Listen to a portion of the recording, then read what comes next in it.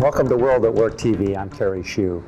Today we're here to discuss sales compensation analytics, and joining me today is Dean Ketring. He's Senior Director of Sales Operations at LexisNexis, and Mark Donnolo. He is Managing Partner at SalesGlobe. Gentlemen, let's talk about sales compensation analytics, and specifically let's talk about dashboards.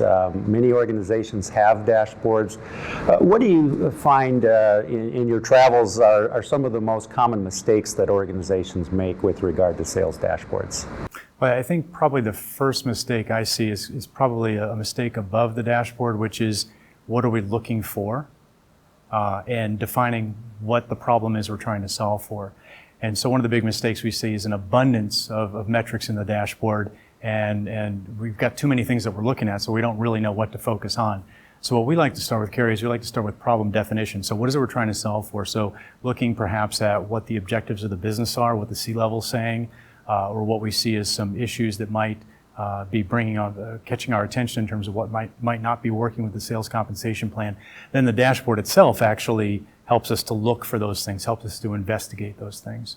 You spoke a little bit about productivity metrics versus people metrics. Can you talk a little bit about that? The assumption right off is that we're going to look at the numbers. We're going to look at just hard numbers. The people metrics side looks at what people think, what people say, where their heads are in the organization. Because when we think about motivation for a sales compensation plan, as much as it's about the numbers, it's really about motivation of people and driving behaviors. So if we can look at things like their understanding or their belief about how well the plan aligns with their role, or how well their role or the plan aligns with the strategy, we can understand what they see as priorities. We can also look at even pay competitiveness. We were talking about the idea that you might not just want to look at pay survey information, but you might want to look at what people believe about how competitive the plan is. Because if we look at pay survey information and it says, well, the plan isn't competitive, but in fact people believe the plan is competitive, and there are other things in our value proposition like maybe work content and career path and affiliation that build up the value of that job, that's what's really important, is what people think. So we try to put those two pieces together. You really need to look at both and really see what the message is at the end of the day. And back to the dashboard, if you're throwing everything in there, you're probably not going to hit where you want to be. You're going to lose the message. You really need to see what works for your organization, what metrics are driving your organization. But at the end of the day, it's all about people. You mentioned a key thing about making sure it's right for your organization. What do you see as some of the typical key metrics in both of those categories, productivity and people? The ones we like to break it down to, it's really just a group of metrics, and there are, I think, a lot of ways to measure things within that. So one is alignment to the strategy of the business or the sales strategy.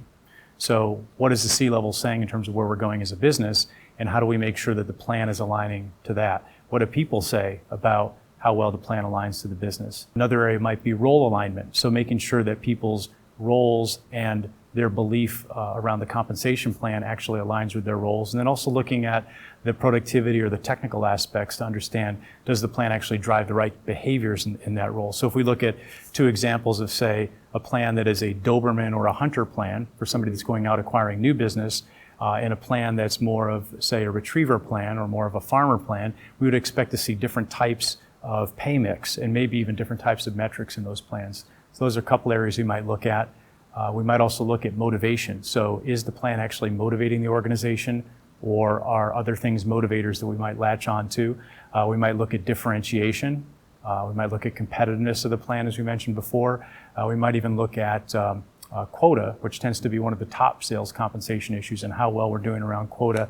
And then finally change, looking ahead at where we might go in terms of how to communicate the plan correctly based on where people are. Top two for me, Kerry, are certainly around the quota and making sure that we've got the right quota at the right level for the right plan, for the right sales role, as well as differentiating our top performers. I really feel that not enough time is spent or not enough differentiation is made at a lot of organizations about keeping those top performers in that stratosphere. For organizations maybe that aren't quite as far along, maybe just getting into getting a dashboard put into place into their organization. Would you have any advice about, there's so many metrics out there that you could choose from.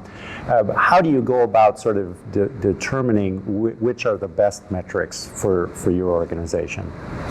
Well, starting again with what we're trying to solve for, that is kind of the front end. I'd say I would start with the simple, basic metrics. I would start with things like the question of what are we paying for? That's a very simple pay, meaning incentive pay, and performance correlation. Performance can be defined as attainment of quota, could be defined as absolute sales performance, it could be defined as year-over-year performance. So pay versus performance is a foundational metric.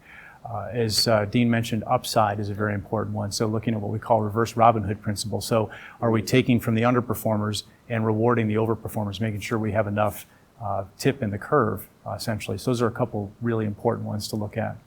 Well, Mark and Dean, thanks very much for sharing your insights with us. All right, thank you, Kerry. Thank you, Kerry. For World at Work TV, I'm Kerry Shue.